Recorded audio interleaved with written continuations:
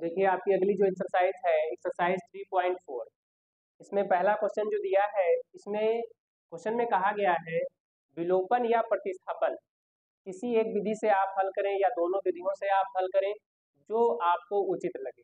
तो इससे पहली वाली एक्सरसाइज में हम प्रतिस्थापन विधि से दो चर वाले रैखिक समीकरणों को हल करना सीख चुके हैं। तो इसलिए यहाँ पर हम केवल और केवल विलोपन विधि को सीखेंगे। प्रतिस्थापन आप अच्छे से पूरी एक्सरसाइज में प्रयोग कर चुके हो तो वो बिल्कुल क्लियर हो चुकी है। अगली जो दूसरी विधि है वो है विलोपन विधि। अब देखो, विलोपन से पहले हमने पढ़ा था प्रतिस्थापन। प्रतिस्थापन और विलोपन किसमें क्या किया जाना है।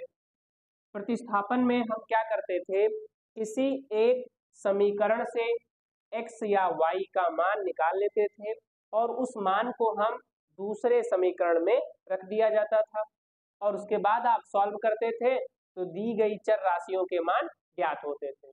लेकिन विलोपन में ऐसा नहीं करना है। विलोपन का मतलब क्या हुआ, किसी भी एक राशि को विलुप्त करना। किसी भी एक राशि को, चाहे x को विलुप्त किया जाएगा या फिर y को विलुप्त या विलोपित करना, अर्थात उसको पूरा पूरा आपको काटना होता है। तो पहला क्वेश्चन देखते हैं, फिर उसके बाद आपको स्वयं ये बहुत ही सिंपल लगेगी और सबसे ज्यादा उपयोगी विधि यही मानी जाती है, विलोपन विधि। तो देखिए पहला जो क्वेश्चन है आपका, x प्लस वाई बराबर दिया है आपका 5 और 2x माइनस 3y बराबर 4 दिया हुआ है। तो अगर हम बात करें यहाँ पर दो चर वाले दो रैखिक समीकरण दिए हुए हैं। विलोपन विधि में आपको दो चीजें हमेशा हर क्वेश्चन में करना ही करना पड़ेगा। पहली चीज तो ये है कि किसी एक राशि के गुणांक बराबर करने पड़ेंगे दोनों समीकरणों में। पहले वाले में भी, जैसे अगर हम इसमें x का गुणांक देखेंगे तो इसमें भी x का गुणांक ही देखा जाएगा। दूसरी बात, अगर इसमें x का चिन्ह हम देख रहे हैं तो इसमें भी x का चिन्ह देखा जाएगा। फिर हमें y से कोई मतलब नहीं है, चाहे y प्लस का हो माइनस का हो या दोनों में y के अलग अलग गुणांक हैं तब भी कोई दिक्कत नहीं। लेकिन अगर आप y की बात करेंगे, अर्थात आप y का चयन करते हैं गुणांक के लिए और चिन्ह के लिए, तब आपको केवल और केवल फोकस करना है y पर कि y का गुणांक दोनों समीकरणों में एक जैसा होना चाहिए। फिर y का जो चिन्ह है कुछ इस प्रकार से समायोजित करना होता है कि एक दूसरे के विपरीत होने चाहिए। अगर एक में y प्लस का बन रहा है तो दूसरे में माइनस का बनना चाहिए, तब जाकर आपकी विलोपन विधि आराम से आप लगा सकते हैं। तो देखिए हम यहाँ पर जो पहला समीकरण बनेगा क्या दिया है, x प्लस वाई, ये हमारा दिया हुआ है 5। जैसा कि हम देख पा रहे हैं समीकरण 2 में x का गुणांक 2 है, y का गुणांक कितना है 3 है।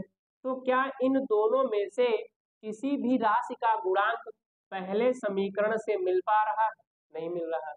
तो किसी एक का गुणांक आपको एक जैसा करना ही पड़ेगा। ठीक, तो हम क्या करेंगे, देखिए इसको मान लिया जाएगा पहला समीकरण और जो दूसरा दिया हुआ है उसको भी हम लिख लेते हैं। अब आपको किसी भी एक राशि का आप गुणांक बराबर कर लें, कोई दिक्कत नहीं है। अगर आप x का करेंगे तब भी आप हल करते हैं तो आंसर सेम आएगा, अगर आप y को सॉल्व करेंगे उसके बाद हल करेंगे तब भी आंसर सेम ही आएगा। इसमें यही आसानी है, चाहे x की सहायता से हल कीजिए और चाहे y की सहायता से। तो अगर हम बात करें यहाँ पर y की, तो y का जो दूसरे समीकरण में मान दिया है 3 है, यानी y का गुणांक कितना है 3 है और पहले समीकरण में y का गुणांक 1 है। तो हम करेंगे क्या, समीकरण 1 में दोनों पक्षों में 3 से गुणा कर दिया जाएगा। गुणा करने पर समीकरण 1 में दोनों पक्षों में 3 से गुणा कर देते हैं तो देखिए क्या नया मान आएगा। तो जब आप इसमें बाएं पक्ष में 3 से गुणा करेंगे, एक बार हम लिख दे रहे हैं, पहला क्वेश्चन है, बढ़िया अच्छे से समझ लीजिए, उसके बाद आपको कोई दिक्कत नहीं होगी। बाएं पक्ष में भी हमने 3 से गुणा कर दिया, दाएं पक्ष में भी हमने 3 से गुणा कर दिया। अब क्या करेंगे आप, इसका गुणा जब आप इससे करेंगे तो बनेगा आपका 3x, फिर इसका गुणा करेंगे तो बनेगा आपका 3y, इन दोनों का गुणा करेंगे बनेगा 15। ये बन गया आपका समीकरण 3। अब हम थोड़ा सा ध्यान देंगे, समीकरण 2 और समीकरण 3 में y के गुणांक एक जैसे हो चुके हैं, ठीक, तो गुणांक हमने सेम कर लिया। अब हमको देखना होता है इन्हीं दोनों का चिन्ह। तो अगर पहले समीकरण की बात करते हैं, यानी जो दूसरा समीकरण हमारे लिए उपयोगी है, इसमें y का जो चिन्ह है क्या है, माइनस है। तीसरे समीकरण की बात करते हैं, इसमें y का चिन्ह क्या है, प्लस है। जब भी विलोपन विधि का हम प्रयोग करेंगे, जिस गुणांक यानी जिस चर राशि का गुणांक हम देखेंगे तो उसके चिन्ह भी आपको देखने होते हैं। अगर चिन्ह दोनों के एक जैसे होंगे, अगर दोनों के चिन्ह एक जैसे होंगे तो समीकरणों को घटाया जाएगा। अगर दोनों के चिन्ह अलग अलग होंगे तो समीकरण को जोड़ दिया जाएगा, ठीक। तो हम देखते हैं कि यहाँ पर 3y माइनस का है, यहाँ पर प्लस का है, तो विपरीत चिन्ह है, समीकरणों को जोड़ा जाएगा। तो आप करेंगे क्या, समीकरण 1 व 2 को जोड़ने पर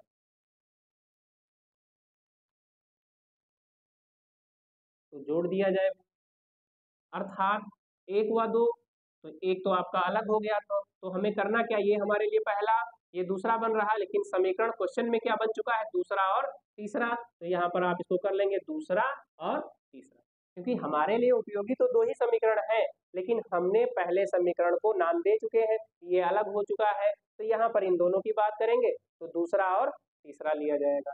तो जो आपका समीकरण दूसरा है और तीसरा है, इन दोनों को आपस में जोड़ दिया जाएगा।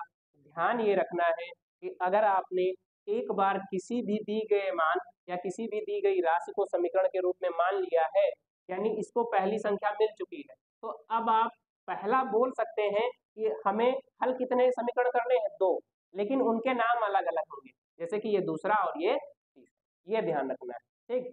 तो आप लिखेंगे जब 2x माइनस 3y इक्वल 4 और ये आपका 3x प्लस 3y इक्वल 50, आपने जोड़ा है। तो जब 2 समीकरणों को जोड़ा जाता है तो चिन्ह में कोई परिवर्तन नहीं होता है, लेकिन अगर 2 समीकरणों को घटाया जाएगा तो चिन्ह में परिवर्तन होगा, जैसा कि आपने जब बहुपद में भाग विधि का प्रयोग किया था, यानी यूक्लिड विभाजन एल्गोरिथम की सहायता से 2 समीकरणों को आपने भाग किया था, उसमें चिन्ह बदलता था, वैसे ही चिन्ह बदलेगा कब, जब आप समीकरणों को घटाएंगे। यहाँ पर तो हम जोड़ रहे हैं, तो ये 3y माइनस का, ये 3y प्लस का, ये दोनों कट जाएंगे, ठीक है। यहाँ पर ये 3x प्लस का 2x भी प्लस का है, कितना हो जाएगा 5x। इधर देखते हैं आपका ये कितना हो जाएगा 19, भाई 15 प्लस 4, ठीक। अब यहाँ से अगर हम x का मान निकालें तो x बराबर 19/5। अगर भिन्नात्मक रूप में लिखते हैं तो आपका यही रहेगा, लेकिन अगर आपका आंसर पॉइंट में आता है तो आप इसको भाग कर दीजिए, ठीक। तो अगर हम भाग करेंगे 5 से 19 को, तो 5 या 15, 4 बच गया, दशमलव लगाएंगे 0, और 5 को 8 बार है ना, 5 ठीक 40। अब आपकी एक्सरसाइज पे डिपेंड करता है कि आंसर काहे में दिया है, देख लीजिए क्या भिन्नात्मक रूप में है या फिर पॉइंट में या फिर सही बटे में, क्योंकि जो इसका हर है छोटा है, सही बटे में है ना, तो सही बटे में आ रहा होगा 3 सही 4/5, ऐसे ही आ रहा है। तो ठीक है, उसमें कोई दिक्कत नहीं है। अगर आपकी बुक में ऐसे दिया है, ठीक है, इसी को आप सही बटे में लिखना चाहें तो वो भी लिख सकते हैं, उसमें कोई दिक्कत वाली बात नहीं है, क्योंकि सभी किताब में अलग अलग दिया होता है। तो यहाँ पर 4 बचेगा, तो ये हो जाएगा 3 सही 4/5, ये आपका सही बटे में हो जाएगा। पॉइंट में है तो ये वाला हो जाएगा, वो तो आपकी किताब में जैसे आंसर दिया वो आप वैसे लिख सकते हैं। तो अगर ऐसा ही मान दिया है तो अब यही आपका x का मान हो गया। अब इस x का मान समीकरण 2 या समीकरण 3 में रख दीजिए, क्योंकि हमने सॉल्व करने के लिए इन दोनों का उपयोग किया था। कभी कभी ऐसे क्वेश्चन होते हैं कि अगर हम जो x या y का मान आता है और पहले इक्वेशन में रख देते हैं तो कभी कभी उसका आंसर नहीं मैच करता है, क्योंकि हमने इसके गुणांकों को थोड़ा बहुत परिवर्तित कर लिया है कभी कभार। हालांकि आ जाएगा, लेकिन कभी ऐसा हो जाता है कि आंसर में प्रॉब्लम होती है, तो इसको हम निगलेक्ट कर देते हैं। दिक्कत क्या है, हम इन दोनों की सहायता ले लेंगे, या तो इसमें रख देंगे या फिर इसमें रख देंगे, डायरेक्टली निकाल लेते हैं। ठीक है, तो x का मान समीकरण 2 में रख दिया जाए। x का मान समीकरण 2 में रखने पर, तो समीकरण 2 है क्या हमारा, 2x - 3y = 4। तो 2x के स्थान पर मान रख देंगे कितना, 19/5। बाकी जो सब जैसे का तैसा रहेगा आपका। ये ठीक, x का मान 19/5 कहाँ रखा गया, समीकरण 2 में। x के स्थान पर दोनों के बीच में कोई चिन्ह नहीं है तो क्या मानेंगे, गुणा मान लिया जाए। गुणा करते हैं भाई, तो इसके बटे 1, 19 दूना 38/5 माइनस ये आपका लिख लिया जाएगा 3y = 4। ये भिन्न इधर प्लस की है बाएं पक्ष में, जब इसको हम दाएं पक्ष में ले जाएंगे तो माइनस की हो जाएगी। तो मान क्या निकल कर आएगा इसका, माइनस का 38/5 और इसके बटे 1 कर लेंगे हम, हर बराबर कर लिया जाएगा। तो 5 को 20 माइनस 38/5 घटाएंगे तो -18/5। ये माइनस का 3 इधर गुणे में है, इधर आएगा तो आपका क्या हो जाएगा, ये बटे में हो जाएगा। ये आपका y, तो y बराबर माइनस से माइनस 3 × 1 = 3, 3 × 6 = 18, 6/5। तो इसके आंसर हो गए आपके x 19/5 और देखिए y का मान क्या 6/5 है आपने या पॉइंट में, यही है। ठीक है, आराम से नोट कर लीजिए। तो देखिए इसके बाद पहले का जो सेकंड पार्ट, थर्ड और फोर्थ, ठीक है, इनके बारे में हम थोड़ा थोड़ा समझ लेते हैं। जैसा कि पहला क्वेश्चन हमने किया वैसे ही आपको सेकंड, थर्ड और फोर्थ ये भी करने हैं। तो सेकंड में हमें क्या करना है वो हम आपको समझाए दे रहे हैं, बाकी आप सॉल्व कर लीजिएगा। जैसे दिया है 3x + 4y = 10, इसको इक्वेशन फर्स्ट मान लेते हैं। दूसरा हमारा दिया हुआ है 2x - 2y = 2, इसको सेकंड इक्वेशन हम मान लेंगे। अब करना क्या है, किसी एक का गुणांक आपको एक जैसा करना है। तो यहाँ पर y का गुणांक 4 है, यहाँ पर y का गुणांक 2 है। तो अगर हम समीकरण 2 के दोनों पक्षों में 2 से गुणा कर दें, 2 से गुणा करने पर, ठीक है, तो क्या निकल के आएगा, देखिए जब आप इसका 2 से इधर भी बाएं पक्ष में भी करेंगे और दाएं पक्ष में भी करेंगे तो 2 दूना 4, 2 दूना 4 और 2 दूना 4, समीकरण बन गया आपका 3। अब अगर हम बात करें समीकरण 1 और समीकरण 3 की, तो इन दोनों में y के गुणांक सेम हो चुके हैं और y के जो चिन्ह है वो विपरीत है। तो अगर हम समीकरण 1 व 2 को जोड़ दें, 1 व 2 को जोड़ने पर तो बनेगा क्या हमारा 3x 4y = 10, 4x - 4y = 4। अब यहाँ से आप सॉल्व करेंगे, ये आपका कट जाएगा, बचेगा 7x 14, यहाँ से x की वैल्यू आएगी 2। अब x की वैल्यू आप समीकरण 2 या 1 या 3 में रखेंगे, y की वैल्यू निकल आएगी। ऐसे ही आपका क्वेश्चन नंबर थर्ड भी है। देखिए क्या करना है, इसमें थोड़ा सा समायोजन करना पड़ेगा। 3x - 5y, ये आपका -4 है जो कि बाएं पक्ष में, इसको हम दाएं पक्ष में ले जाएंगे तो ये प्लस का 4 बनेगा और ये पहला समीकरण बन जाएगा। इसके बाद अगला जो समीकरण है इसमें ध्यान ये देना है कि 2y दाएं पक्ष में दिया हुआ है इसको हम बाएं पक्ष में ले आएंगे, तो ये बनेगा प्लस का था हो जाएगा माइनस का। ये बन गया समीकरण 2। अब किसी एक का गुणांक आपको सेम करना पड़ेगा। तो हम देखते हैं कि अगर समीकरण 1 व 2 में x के गुणांक पर हम चर्चा करें तो ये 9 है और ये 3 है। 3 का अगर पहाड़ा पढ़ा जाएगा तो 9 आपको प्राप्त हो सकता है। तो समीकरण 1 के दोनों पक्षों में 3 से गुणा कर देते हैं। समीकरण 1 के दोनों पक्षों में 3 से गुणा करने पर, तो कर लिया जाए भी। इधर 3 त्रिका 9x, तीनों पक्षे 15 और 3 चौको 12, समीकरण बन गया हमारा 3। अब बात करेंगे समीकरण 2 और समीकरण 3 की।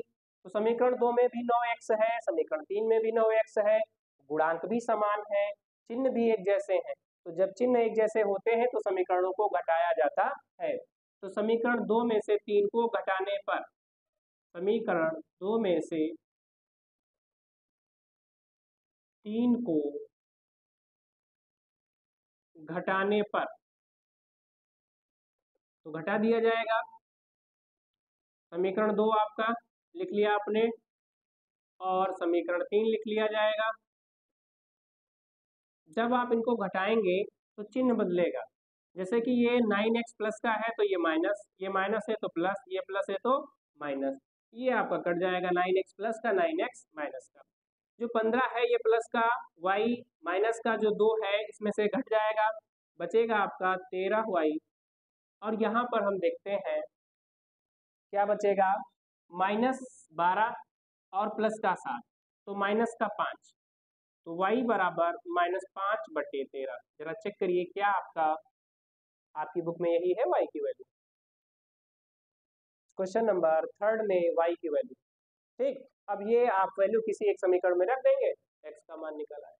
ठीक, इसके बाद अगर हम देखते हैं तीसरा जो समीकरण दिया है इसको भिन्न रूप में कर दिया है, तो इसको हम थोड़ा सा सरल कर लेते हैं। देखिए किस प्रकार से।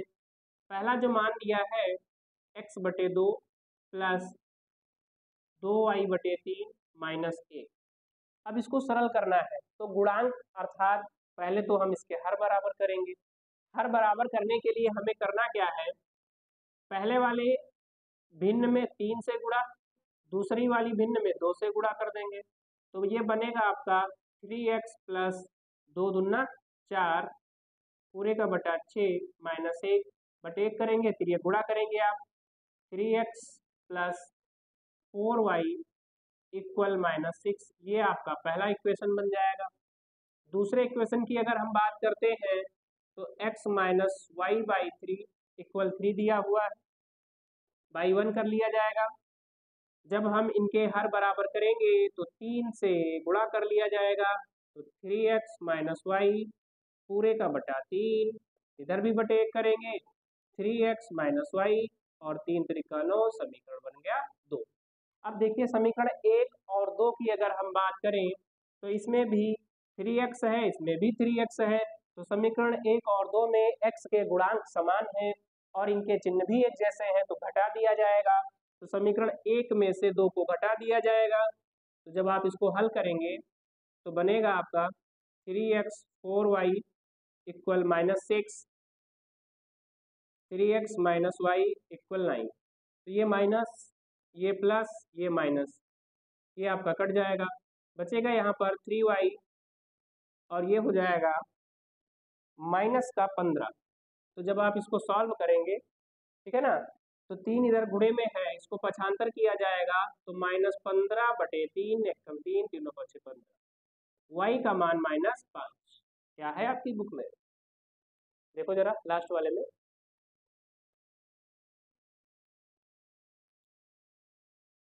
ठीक है, कितना आ रहा है y की वैल्यू -3। तो देख लीजिए कहीं पर कुछ छूटा होगा। हल तो आपको वैसे ही करना है, एक बार जरा क्वेश्चन देख लें अपनी बुक में जो दिया है, x/2 to y/3 -1 x -2। ठीक है, हाँ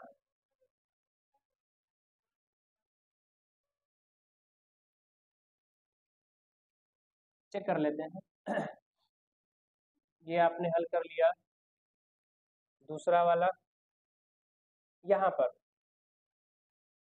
ये आपका, ये भी प्लस है, ये भी प्लस, ये भी 4 प्लस का है, ये भी प्लस का है, तो यहाँ पर हाँ जुड़ जाएगा। तो ये आपका हो जाएगा 5 से 3 बार। बस इतना आपको ध्यान रखना। अब ये y का मान आप किसी एक समीकरण में रख देंगे, x का मान निकल आएगा। ये आपके फर्स्ट के चारों पार्ट कंप्लीट हुए। बढ़ते हैं अगले क्वेश्चन की तरफ।